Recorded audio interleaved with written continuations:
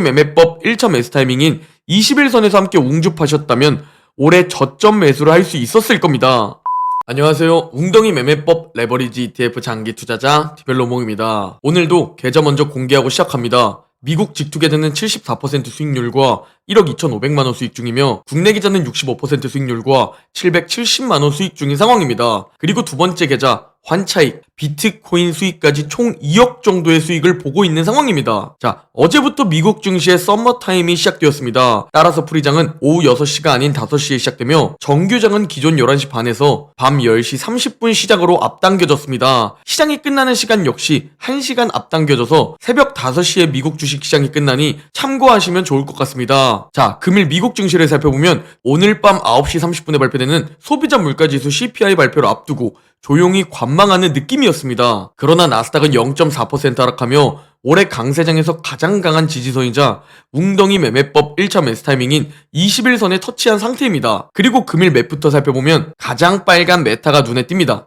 메타는 무려 마이너스 4%나 급락했는데 바로 대선 후보 트럼프 때문입니다. 트럼프가 최근 틱톡 금지 법안에 대해 갑자기 반대하는 의사를 내비쳤는데요. 왜 반대했는지 살펴보니까 틱톡을 금지해버리면 지난 선거에서 사기 행각을 한 페이스북이 독보적으로 성장할 수 있다고 반대해버린 겁니다. 트럼프가 메타를 저격한 이유는 무려 4년 전 트럼프 재선 악연 때문입니다. 이때 페이스북은 트럼프의 광고를 혼란 방지를 위해 삭제했으며 그 이후 2021년에는 페이스북의 차단까지 당하며 페이스북과 트럼프의 악연이 이어져 왔습니다. 그리고 4년이 지난 지금 트럼프는 그때 당한 일을 복수하고 있다 라고 생각하시면 됩니다. 자, 그리고 어제 크게 떨어진 종목들, 이 부분을 우리가 체크해보면 반도체, 아마존, 엔비디아, 메타를 볼 수 있습니다. 그리고 이 종목들의 공통된 특징은 올해가 시작되고 더 크게 상승한 종목들이라는 겁니다. 정확히 엔비디아, 메타, 아마존이 들어가 있죠. 그렇다면 가장 힘을 못 쓴 종목들이 뭐냐? 바로 구글, 애플, 테슬라입니다. 제가 금요일 시장 급락에 대해 못 가는 놈이 오르고 많이 오른 놈이 떨어지는 순환 장세가 펼쳐지게 되면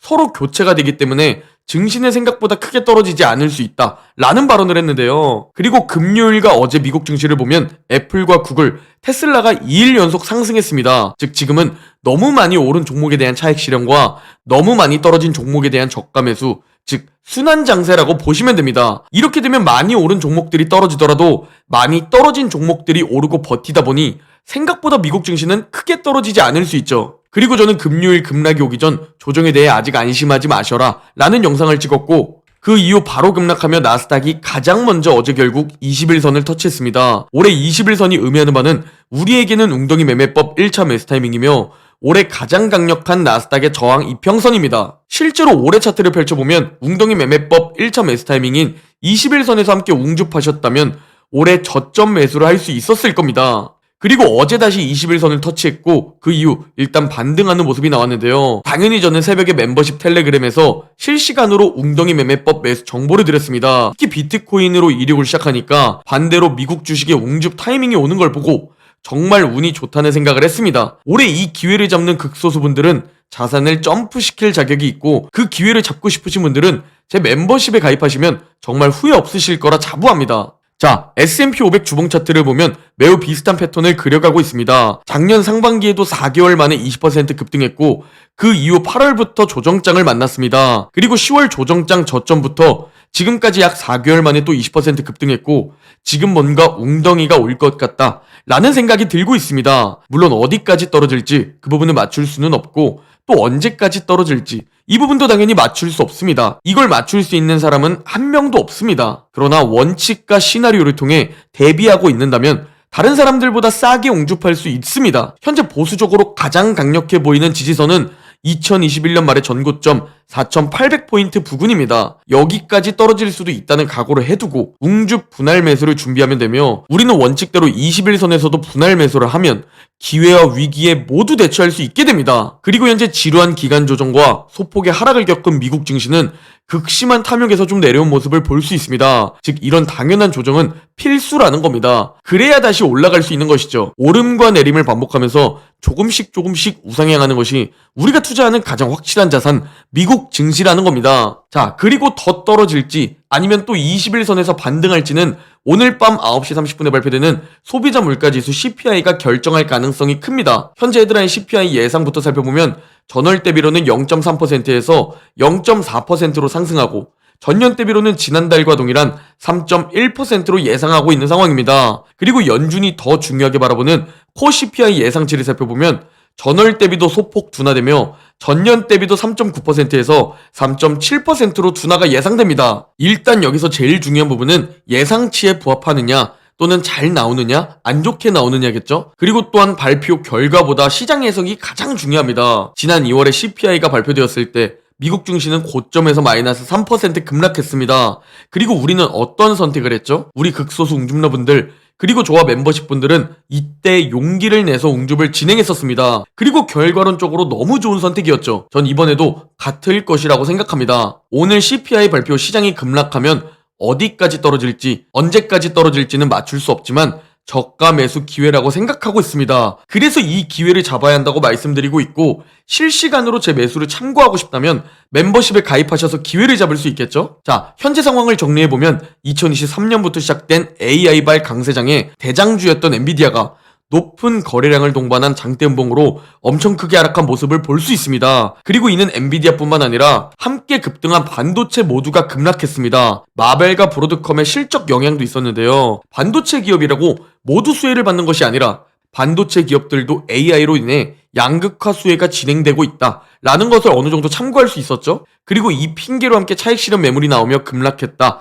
라는 것으로 우리가 생각해 볼 수 있습니다. 또한 엔비디아가 왜 그렇게 많이 빠졌냐? 당연히 빠져야죠. 엔비디아는 작년 2023년 수익률을 보면 무려 240%의 수익률을 기록하며 3.4배 상승했고 이는 S&P 500 기업들 중 단연 1위입니다. 또한 올해 퍼포먼스를 보더라도 마찬가지입니다. 단 3달 만에 80% 상승한 모습을 볼 수 있고 올해도 S&P 500 기업들 중 단연 1위를 달리고 있습니다. 즉 이 정도로 올랐으니 당연히 잠시 하락해야 하는 것 아닌가요? 그러면 또 이런 얘기가 있을 겁니다. 아니 엔비디아의 이번 급락이 닷컴 버블의 첫 폭락 시점과 유사하다 라는 댓글들이 가끔 달리는데요. 저는 그렇게 생각하지 않습니다. 일단 엔비디아는 실적으로 증명하고 있습니다. 앞으로도 매출이 계속 증가될 것으로 예상되며 가장 많은 매출 성장률과 이익 성장률이 보장되고 있죠. 다만 캐시 우드의 말대로 경쟁이 심화될 수 있고 AI 투자가 점점 줄어들 수 있습니다. 그럼에도 이 AI에 대한 수혜는 현재 엔비디아가 가장 독보적이라는 점에서 저는 엔비디아의 건강한 조정을 생각하고 있습니다. 그리고 만약 닷컴 버블과 유사하게 폭락할 것이다 라고 판단하는 분이 계시다면 우아향하는 원화와 달러를 들고 폭락을 기다리시면 됩니다. 우리 각자 인생에 대한 결과는 내가 선택한 것에 대한 결과입니다. 내가 닷컴 버블처럼 생각해서 달러를 들고 있느냐, 디벨롭몽처럼 생각해서 자산을 들고 있느냐, 그리고 디벨롭몽의 멤버십 정보를 얻어서 투자하느냐, 이 모두 스스로 선택한 것이고 그 선택에 대한 결과가 향후 미래에 펼쳐지는 겁니다. 전 자산을 들고 있는 것을 선택했고 2030년 이후를 바라보고 투자하고 있습니다. 그리고 그 결과는 그때 또 알 수 있겠죠? 지금까지는 3년 전 1억의 금융자산이 3년이 지난 지금 5억이 되었다는 겁니다. 모두 제가 선택한 것에 대한 결과입니다. 제가 만약 그때 가장 핫했던 테슬라를 선택했었다면 지금 이 결과는 달라져 있겠죠? 모든 것은 내 선택에 대한 결과입니다. 자, 현재까지 3월은 큰 웅덩이는 아니지만 그래도 지루한 기간 조정과 약간의 조정이 진행되고 있습니다. 오늘 밤 소비자 물가지수가 매우 중요해 보입니다. 이게 연준의 금리 인하 결정에 대한 데이터이며 금리 인하는 유동성이 증가하는 효과이기 때문에 미국 주식과 비트코인과 같은 우리가 투자하는 자산에는 매우 중요한 요소입니다. 그래서 저는 지금 불안하지만 잘 나오길 기도하고 있습니다.